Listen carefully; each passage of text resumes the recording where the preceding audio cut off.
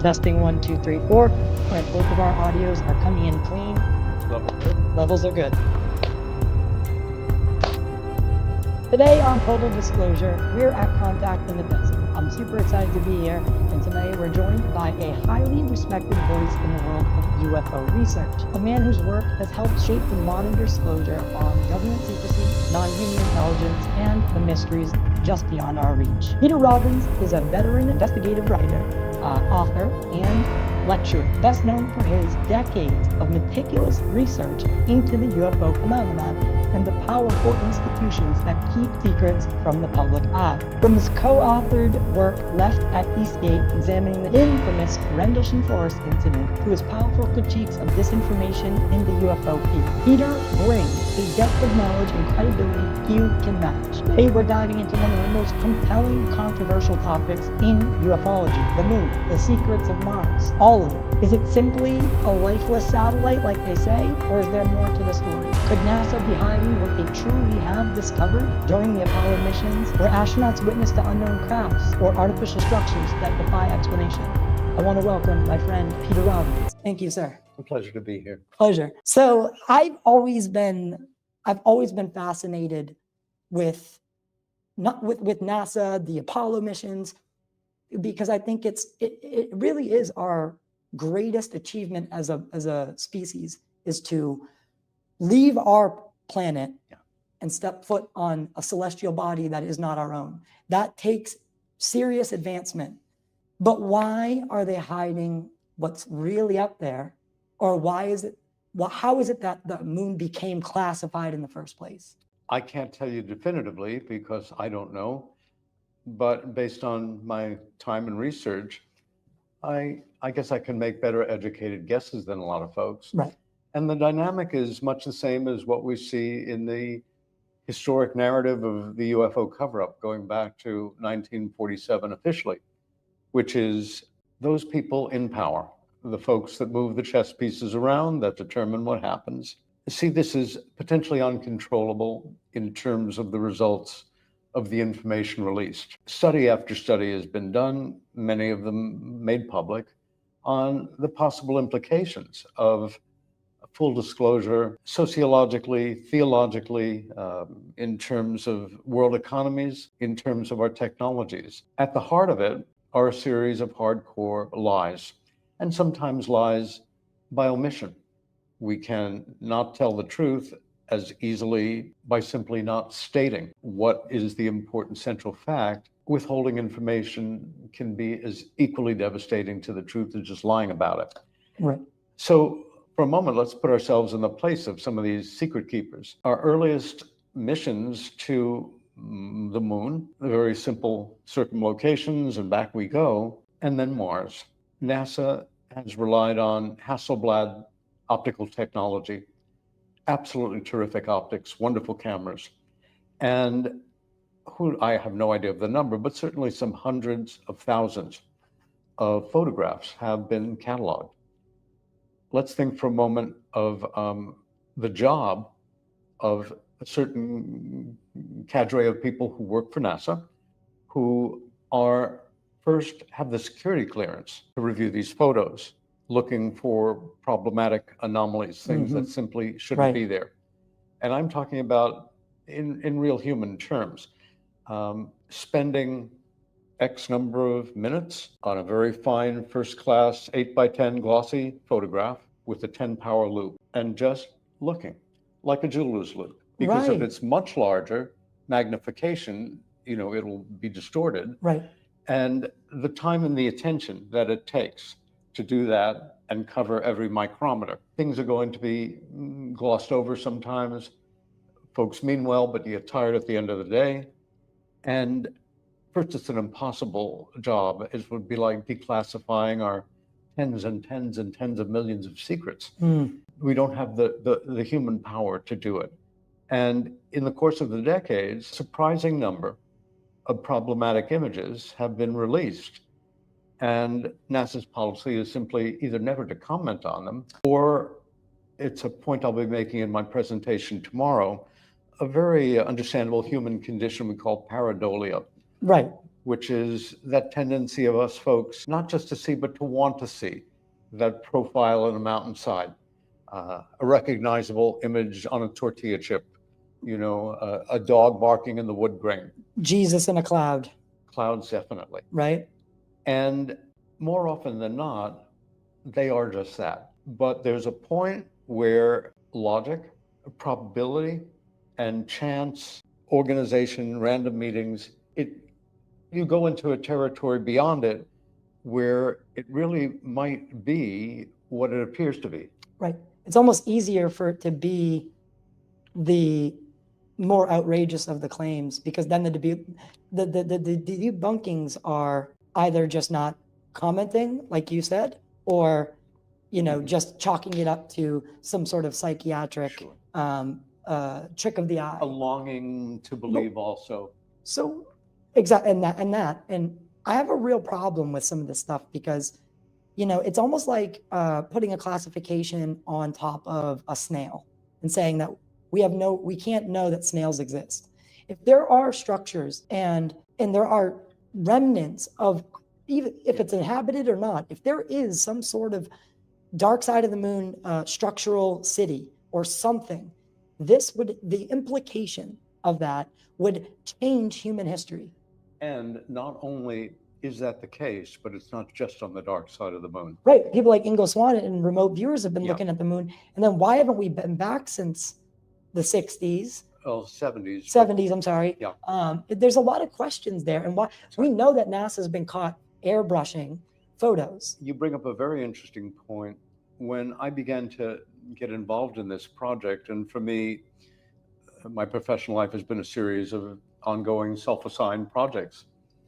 What determines them is my level of interest as an independent researcher. In the equivalent, and you follow that divining rod of your own interest, and where it dips, you follow. And with the exception of the world of UFO abduction studies, which is where I began, where I keep coming back to, and the talk that I would have done on Thursday had my flight arrived on time. Come on, airlines, get it together. This subject, although not directly, caddying cornered into UFOs, is of course, the implications are obvious. And one of the things that has led me into is studying aerial photographs of, an ancient city from 3,000 years old in Iraq, or there's an extraordinary decayed city in the mountains in Peru that predates Machu Picchu.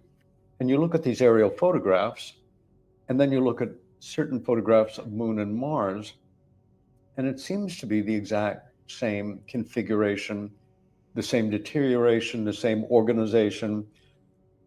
When I show these things, I have to say, I'm not a geologist.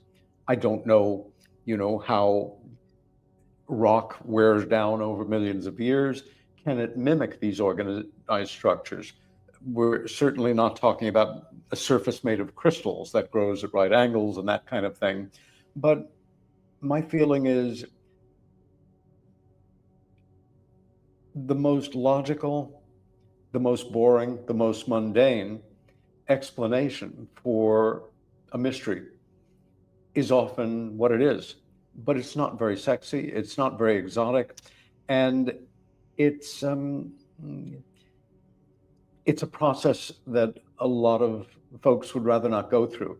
My feeling is kind of inspired when I was 12 years old by Conan Doyle's Sherlock Holmes. Deductive reasoning. You begin with the most mundane explanation. You explore it fully. If it doesn't pan out, you take one step up to the second most boring explanation. Right. And you work your way through. If you go through logically all of these possibilities and you don't have an answer, that's when things get exciting. Right. And when you can proceed with relative confidence that you're really in unexplored territory, as opposed to just, oh my gosh, this might just be, and I've got to examine it like that. And gosh, isn't it exciting being me doing what I do? Oftentimes I've wondered, are these UFOs, are they the remnants of either a lost civilization or are they time travelers from the future? And honestly, I don't think at this point it matters. First is getting the admission and the admission that it's real and that they are real. And if that comes with, also if on the day of disclosure, we're not alone. And by the way, on the backside of the moon, there's a city, and there's also one on Mars, and we just, we had to do it for national security. Okay, you know what? Let's move forward and let's start building on that. What do you think? Do you think the world is ready for this? That is a great question, and I've debated it informally with colleagues for some time. Many of us who've been in the field for years, we're surrounded by like-minded people who have their own point of feeling, I am ready personally for this abstract concept of disclosure, which I think is more process, although who knows, someday there may be that official announcement by leaders around the world. It's happening right now. It's happening every day, and it's progressing 3, 7, 9 people at a time, one country, one state, the other. I have the same curiosity you do in terms of if, and I'll paraphrase the late great Stanton Friedman here, the question is not, are these things that we're talking about, these anomalous formations seemingly that look unnatural, and certain objects that our rovers are literally coming right up through and seeing on Mars, are these things 50 years old or 50 million years old? Right. It's I'm not equipped to know how one would date them, unless there are series of photos going back 50 years where there have been passes over, say, the same part of the moon. And if one studied them together, one might see, oh, they added a wing onto this house or something, the equivalent. But I'm not aware of anybody who has access to that level of materials. I don't know if you saw this, but there was a structure on Mars that it looked, how right angles don't occur in nature. Most, is a general rule of thumb, right angles don't occur in naturally, but there was this perfect square on Mars. And after Joe Rogan started talking about it and shed light on it, then when people started looking at it again, it seemed someone had eroded it to make it look less interesting. So again, who do you think, because NASA is obviously reporting to somebody. NASA is being overseen by, whether it's an intelligence agency, the cabal, whatever you want to call it. Again, I cannot understand, unless the secret was so paradigm shifting that maybe the occupants of these UFOs maybe they had some hand in creating us, and they were from Mars. Sure. And a cataclysm happened. There's evidence of a huge scar on Mars. So what if our life started there and had to come here, but they didn't want us to know? Do you think about these things? In this area of study, one of the conundrums is anyone, you, myself, you, somebody off the street or somebody with 50 years experience can say, it's my proposition that X is Y and that this happened and X number of years ago and this amount of light years and under this, prove me wrong. Also, ufology is not like legal or medical practice, where if you act inappropriately, the Bar Association or the AMA will suspend your license. Right. Oh, gee, you weren't accurate about your prediction. I think people in this community, the UFO world, they don't want to be wrong, because they think that will damage everything else that they've said. So it's almost like they avoid being wrong, like it's the plague. But what we're dealing with here is one of the most complex.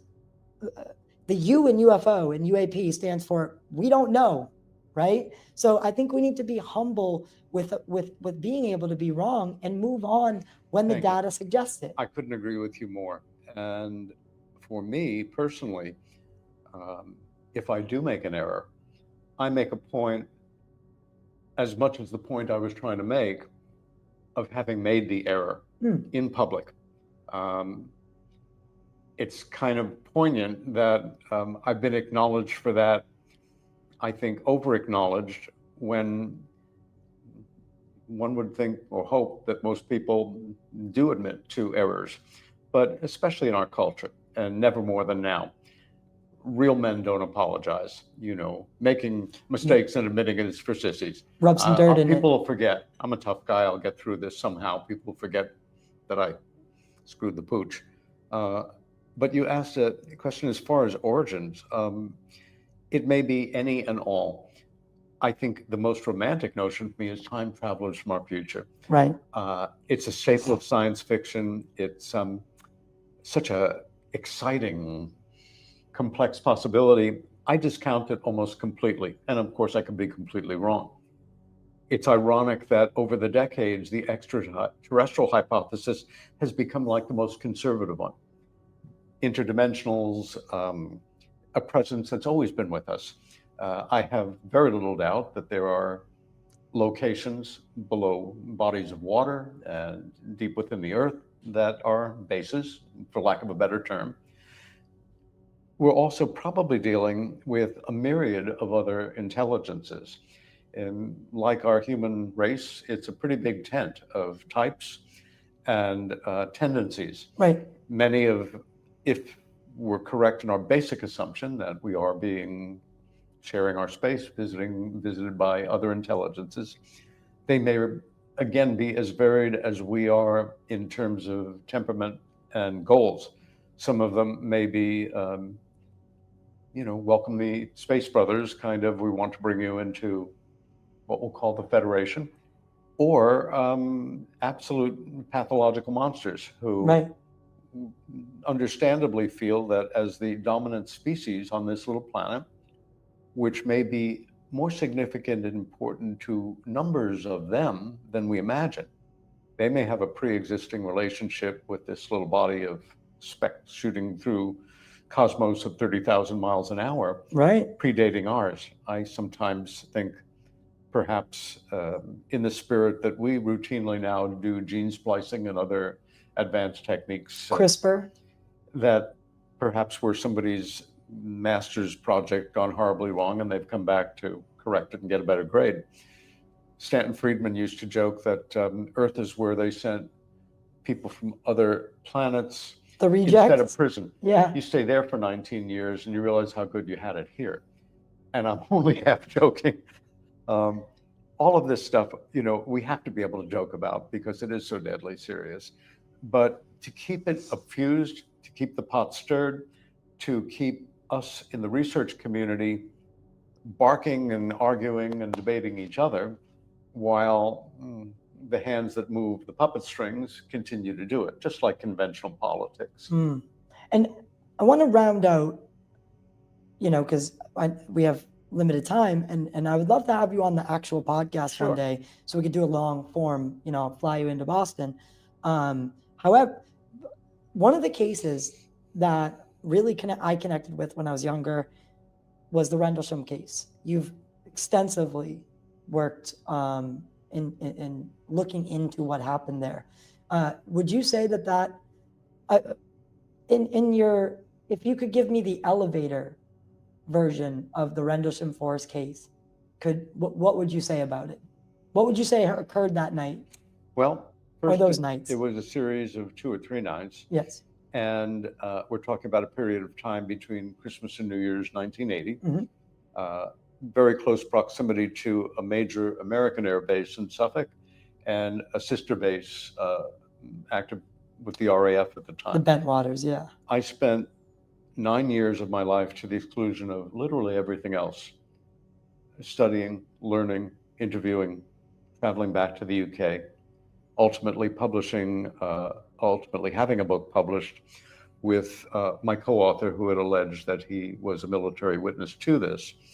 The book to digress for a moment, did no better or no worse than most UFO books do here, but in part because it really had become the most important, significant, published, talked about case in the history of the United Kingdom. Yeah. And by chance, it was published, after 10 years in the UK in June of 1997, the 50th anniversary of everything. It became a smash top 10 bestseller. Wow. And it brought my co-author and I on a 1-month, 14-city speaking tour. And I think I've been back about 20 times since. But the case is real. There are very good firsthand witnesses, military and civilian. There's a cadre of writers and researchers that have delved into this over the decades. And I continued on for another 15 years or so, at which point my former co-author's account began to fall apart and then disintegrated. He was in the Air Force. He was on location. He was deployed in the forest that night. But the story was confabulated, borrowed, and he was a brilliant narcissist sociopath. And unfortunately, they come with the territory. Well, I joke with people sometimes that if I've ever been fooled to that degree by anyone else in my life, I have no idea, because they were that good at it. And for me professionally, it was a terrible hit. But I dealt with it by telling the truth about what had happened. Right. And lost a fair amount of credibility for a while before I gained it back. Right. Again, the case itself. At this point, after such an immersion in one particular series of events, I am still not sure whether it was a genuine contact event with extraterrestrials, interdimensionals, whether or not there was an aspect of it that was a psyop, that men involved were processed to believe, to think, to feel that X had happened. Right. Or that it had happened.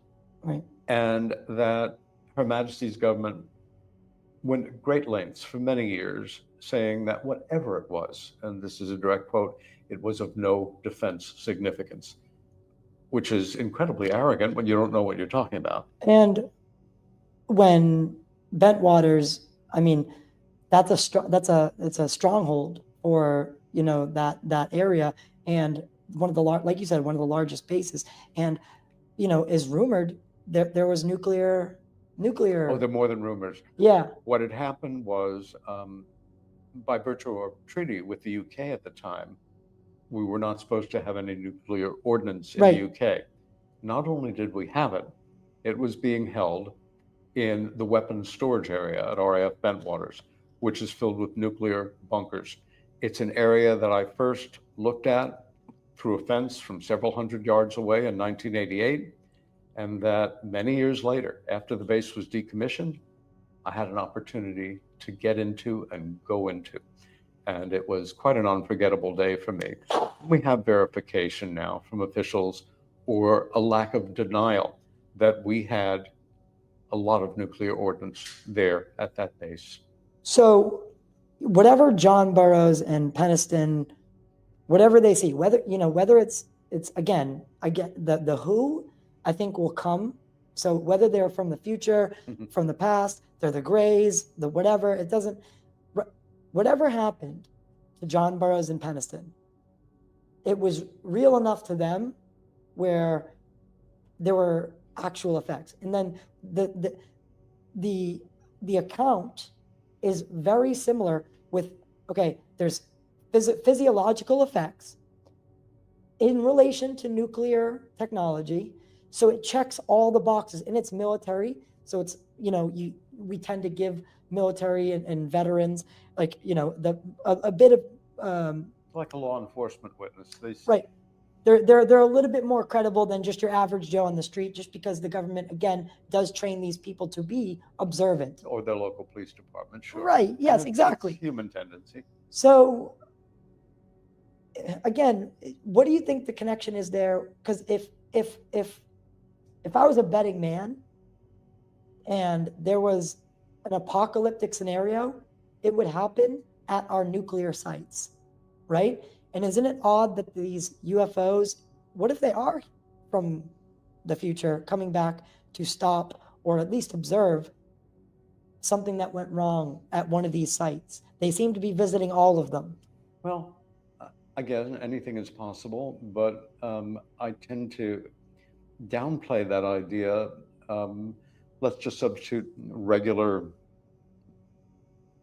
alien life forms as opposed to time travelers who, again, have some kind of pre-existing relationship with this mass. Vested interest.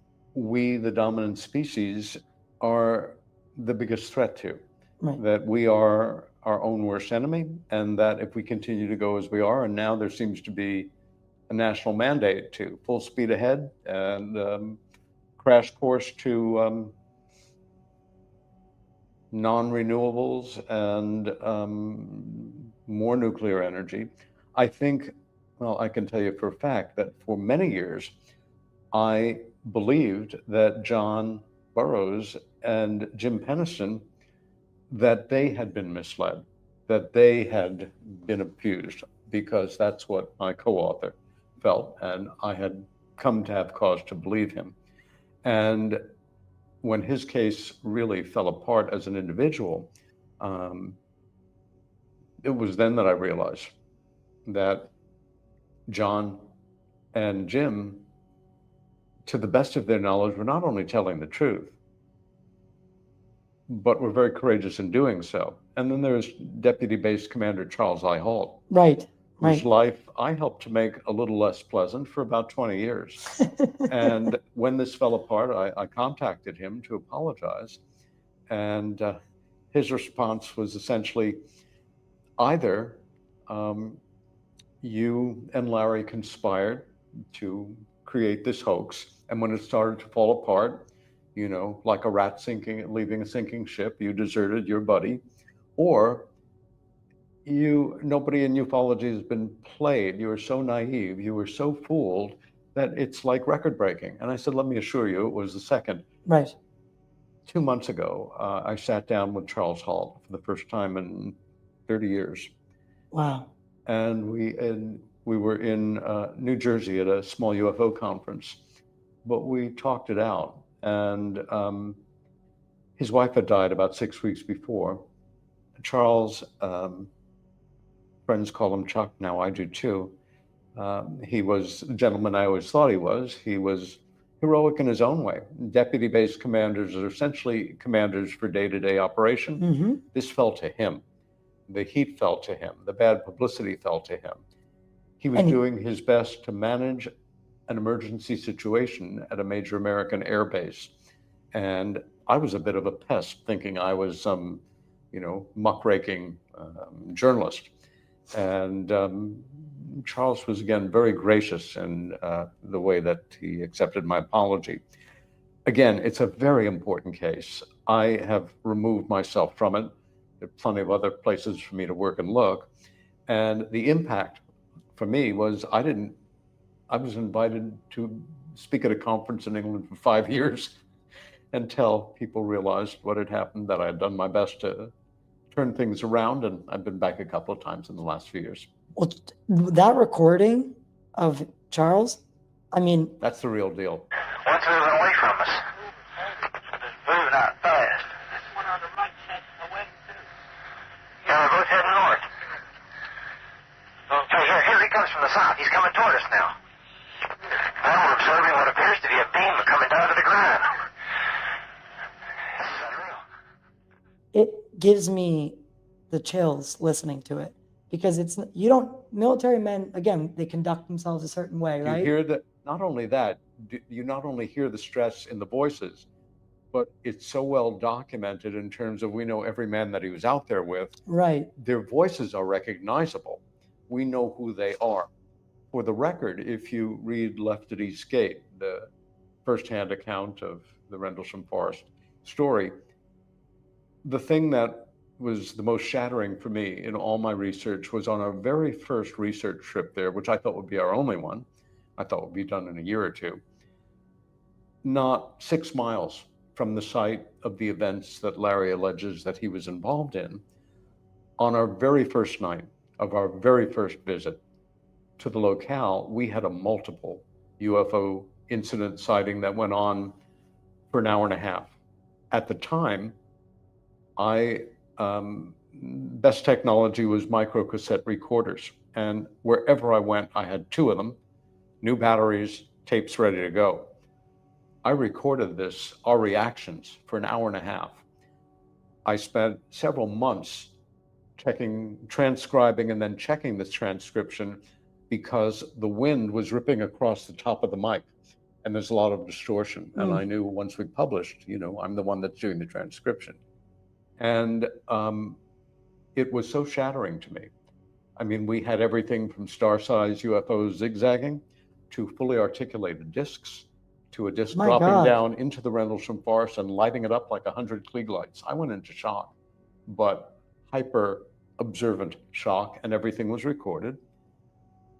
And I realized at that point, after 7 months of working with my co-author and having a number of times where there were problems, but I was able to chalk it off to PTSD and possibly mucked around with the military or by them, as opposed to being a pathological liar and an alcoholic and looking to be famous for something. I can see that now, but at that point, we're having this happen in front of us. Right. And I realized, you know what? You've either got to take this guy's word for it or not. And if you do, you'll understand he didn't have PTSD, but you read a few papers on it, it fits your idea of it. You're all of a sudden you're an authority on it. Yes. And it was so convincing to me that it was, another 15 years that it caught up. But again, the fact is, what happened there was of defense significance. It was of tremendous human significance. And again, there are good people working on it now.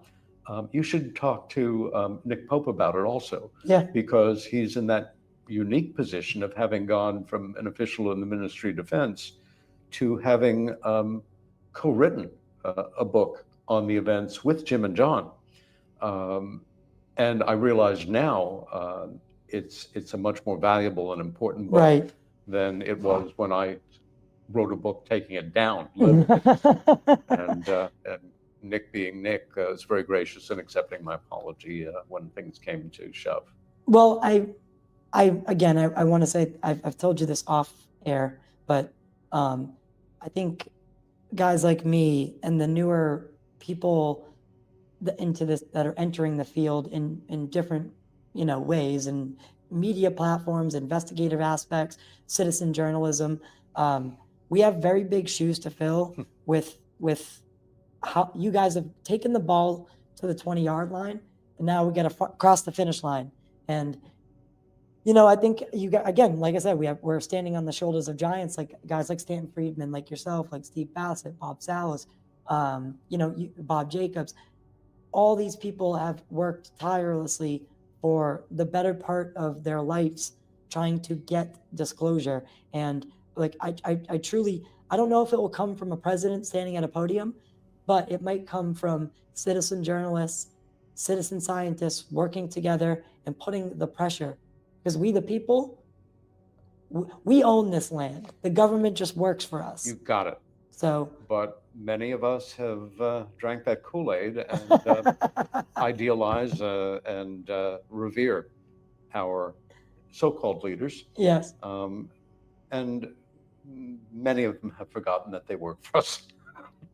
Yeah, I don't think George Washington had career bureaucrats in mind when they were creating this nation. So that was never supposed to be a thing. You were supposed to do your time in government and then go back to the sector that you were in before and enjoy yourself. Somewhere along the line, people are like, "Oh, this is a cushy job, and I get a pension." So that's where the problem That's right. lies. You're absolutely right. That's where the It problem wasn't lies. meant to be a career. It was meant to be a mark of service and of a limited duration. Yes. So I truly, and you know, Congressman Burchett is a good friend of mine, and he supports term limits, and he's a guy who has enough to benefit from if he could just keep his position for the rest of his life, Yeah. right? So, so I like that, and again, I'd love to have you on the longer form podcast. You are such a wealth of knowledge, and the Rendlesham Forest. I just want to ask you this: the Rendlesham Forest. It sounds like something happened that night beyond a reasonable doubt. In trying to put it together after the fact, when I met Larry in '87, although we met briefly in '84, shortly after he'd come forward, this during the so-called Westchester Triangle overflights. Right. Originally, he came forward under pseudonym and then used his own name. Right. I think what may have happened is that there was an event on the third night. Larry maintained that there were over 40 men involved surrounding a craft, not a single one of whom has come forward to verify it, except in a very a partial way, and then a withdrawal, and then a complete silence. Another security police officer named Adrian Bustinza, who was Larry's roommate, and who, for personal reasons, made it very clear to him, family exposure and the like, that he was never going to talk about what happened. And that if Larry wanted to take his story and put it forward as his own, it was okay with Adrian. I don't know if that happened, but I think it may have. So he had the story, wild as it was, and a personal belief that it had happened. Also, although he appropriately made a great many enemies with his lies and deceptions and threats to people, he may well have had contact experiences as a boy. Both Bud Hopkins and I extensively interviewed Larry's mother, a lovely woman, very grounded, Boston family, who had very, very insistent memories of being on board a craft and memories of an event or two that she had shared with Larry when he was younger. So there's that added complexity to the case on somebody that many people want to demonize and don't want to believe. There's a partial truth to it. Unfortunately, if one reads our book now, there are hundreds of parts that I'll always be proud of, but even within a paragraph or a sentence by him, there may be an exaggeration, a confabulation, or a complete lie. Right. And unless I was there to verify it, I can't attest to it. So it's a nonfiction book filled with a fair amount of fiction. Sometimes, like I said, and this is full circle here, you're humble when you were wrong and you take responsibility, and it's time we move past, right? And we do the next right thing, and the next right thing, and the next right thing.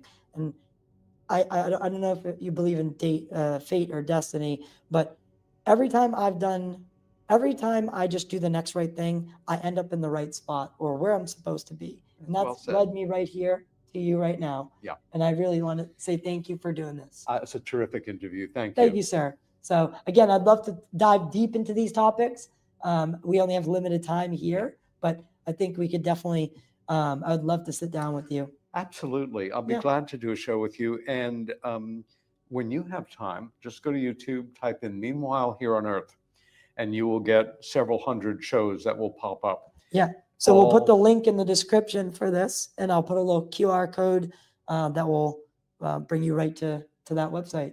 All right? Yeah, and let's stay in touch. Okay. And again, I'm, when you started to chat with me yesterday, every time you do a conference, especially like this size, and somebody comes up, hi, I'm, with the media, it's like, okay, maybe yes, maybe no, and I don't know what you call the media.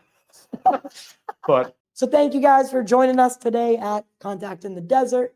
I'm here with Peter Robbins. He's going to have to head back to his booth, but we're going to get the next person in here and continue our coverage of Contact in the Desert 2025 Event Horizon. Thank you guys. Make sure to hit that like, share, and subscribe. If you're listening, follow on your favorite podcast platform and leave us a review. It's free, takes 2 seconds, and it really helps with that pesky algorithm. We'll We'll see you next